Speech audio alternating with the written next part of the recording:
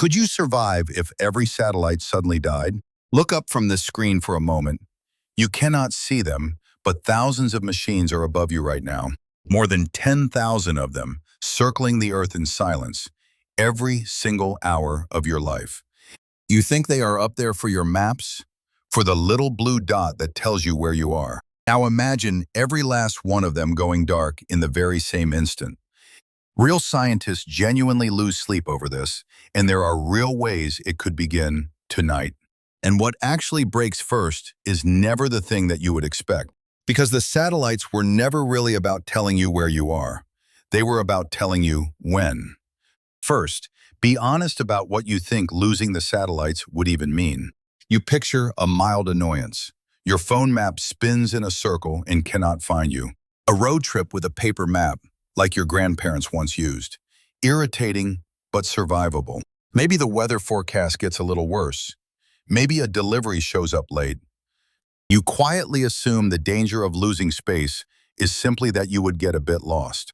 Hold on to that comfortable picture, because it is about to fall completely apart. Right now, more than 10,000 active satellites are circling over your head. Around them drift tens of thousands of dead ones and millions of loose, racing fragments. They carry your television, your phone calls, your internet, your weather, your navigation. But one hidden job sits underneath all of the others, and almost no one ever thinks of it. Every one of those navigation satellites carries something quietly extraordinary on board. An atomic clock, a clock so precise it would barely lose a single second in a million years. And these clocks are not only for space, they are silently running your entire world. Because to work out where you are, a satellite must first agree on exactly when it is. Your phone hears several satellites and compares their times, down to a billionth of a second. A tiny error in time becomes a huge error in distance. Time is the whole secret. So the satellites above you are not really a map in the sky. They are a clock in the sky. The most accurate, most trusted clock the human race has ever built. And over the last 30 years, we quietly wired that one clock into almost everything. Not just phones, the power in your walls, the money in your bank, the planes above your roof. We built a modern world that does not merely use this timing. It cannot run for long without it. And that is the trap that almost no one ever sees, hanging silently over every city on Earth. Time. It sounds far too simple to matter. But modern life is not really run by machines. It is run by synchronized time. Think about the power grid quietly lighting the room around you right now. Electricity flows across a whole continent from thousands of stations as one connected system. To stop that system from tearing itself apart, every part of it must stay perfectly in step. Power stations lean on satellite time to stay in sync, down to a billionth of a second. When that shared timing drifts, the grid begins to wobble, and protective switches trip offline. Now think about your money, which is really just numbers inside a computer somewhere. Every card tap, every transfer, every trade is stamped with a satellite-based time. That timestamp is how the whole system knows which payment came first, and that it is real. Take the shared clock away, and the banks can no longer agree on the order of anything. And to protect themselves from that chaos, the safest thing they can do is simply stop. Now think about the phone in your hand and the towers it quietly talks to.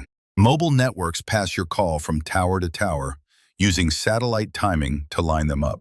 Lose the shared time, and the towers fall out of step, and the whole network jams. That same hidden clock guides ships through fog and lands planes safely onto runways. It timestamps the internet, the markets, the emergency lines, even some of the traffic lights. None of this is science fiction.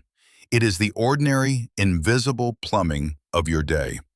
And all of it, quietly, hangs on the same small handful of signals falling from space. We took the one clock in the sky and made it the beating heart of the modern world. A heartbeat you have never once heard and never once thought to thank.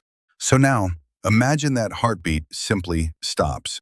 The first strange thing is that at first, Almost nothing dramatic seems to happen. The sky does not fall. There is no explosion. The lights, for now, stay on. But underneath, in 1,000 quiet control rooms, alarms begin to glow a hard red. The shared clock is gone, and every system that trusted it starts to drift apart. Within minutes, the mobile networks are the very first to stumble and fail. Calls drop. Messages refuse to send. The bars on your phone flicker down to nothing. Then the card machines. A payment cannot be time-stamped, so the payment is quietly refused. Across the city, one by one, the tills stop, and suddenly only cash is king again. At the airports, planes are told to hold, then to land, then to stay on the ground. Without trustworthy timing, the safest possible choice is to stop flying altogether. On the trading floors, the markets freeze because no one can prove which trade came first. And in the power stations, engineers watch their grid begin to sway without its metronome. None of this is a movie explosion. It is something far quieter and far more dangerous. It is a whole civilization slowly, silently falling out of step with itself. And here is the part that should truly unsettle you in those first few hours. Almost no one in charge would immediately understand what had actually gone wrong. The lights are on, the sky is clear, and yet everything is failing all at once. Because the thing that broke was invisible, and almost no one knew we leaned on it. By the end of the first day, the quiet failures reach the things that keep you alive. The pumps that push clean water to your tap run on that same fragile, humming grid. And the trucks that refill every shelf in your city run on a network now blind and mistimed. The satellites have not fired a single shot, and your city is already sliding toward the dark. It is the silence. Strip away the invisible timing, and the modern world does not get lost. It simply stops. And now the same brutal clock that every disaster obeys begins to count down on you. You can last about 3 minutes without air, and roughly 3 weeks without any food. But without clean water, you have only about 3 days, and clean water needs power. When the grid finally gives way, the taps run dry across the whole city within days. But surely, you think, all of these satellites could never truly fail at the same moment. That is the most dangerous assumption of all, because there are real ways that they can. The first is a chain reaction in space, and scientists already have a name for it: the Kessler syndrome. One single collision creates a cloud of high-speed debris. That debris smashes into other satellites, which makes more debris, which smashes into more. A runaway cascade, filling the busiest orbits with a blizzard of shrapnel that never settles. And once it truly begins, it can grow on its own, even if we never launch another rocket. This is not a distant fear. Our satellites already dodge collisions every few minutes. The second way is far older, and it comes straight from our own star. In 1859, a solar superstorm struck the Earth and set telegraph offices on fire. It was called the Carrington event, and back then we had almost nothing electric to break. If a storm that size hit our wired world today, it could cripple satellites and grids together. And we have already seen a small, sharp warning of just how fragile these machines are. In 2022, one minor solar storm dragged 38 new satellites out of the sky. Not a war, not a disaster, just a quiet flare from the sun, thickening the air that they flew through. 38 machines, worth tens of millions, gently pulled down and burned within days.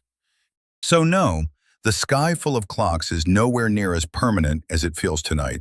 It is a thin, humming shell of glass and metal, and we have hung our whole lives from it. The real threat was never that you would get lost without your little blue dot. It was that the invisible clock holding your entire world together could simply go quiet. So, could you survive if every satellite died? Be honest about what those first weeks would genuinely ask of you. In the first hours, you would need to understand the failure before almost anyone else did. In the first days, you would need water stored safely before the electric pumps ran dry. You would need food that did not need a truck, and cash that did not need a network. You would need a simple radio that still worked when the towers and the internet went silent. And above all, you would need other people who had quietly prepared right alongside you. Because no lone genius rebuilds a power grid or a water system or a city on their own. Take those away, drop one unready person into a silently failing city, and the answer is simple. No, that version of you does not survive the long dark that follows. Not because you are not clever, but because cleverness alone cannot restart a continent. The failing grid does not care in the slightest how good your phone once was. Thirst and darkness do not care how many satellites once watched over your head. The people who truly live through this are not the loudest or the most connected.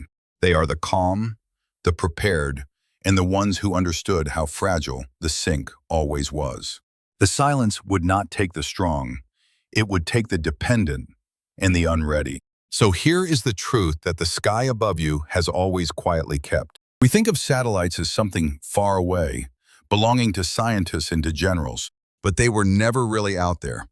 They were woven into your kitchen, your bank, your tap.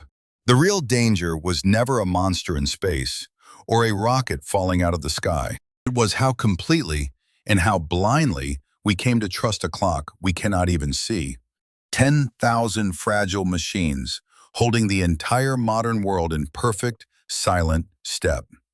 Pull that one thread with a storm or a cascade, and all the rest unravels the same quiet way. And that is exactly why engineers now race to build backup clocks safely down here on the ground. Because being ready for the silence is the only thing that ever makes you ready for it. The stored water, the cash, the radio, the plan, the people you trust, they work for every collapse. The satellites were only ever a clock we slowly forgot we were leaning on. And the survivors will not be the ones with the best phones, but the ones who never let go of the ground. So the next time your little blue dot finds you without a thought, look up, remember how thin the thread is, and quietly get ready.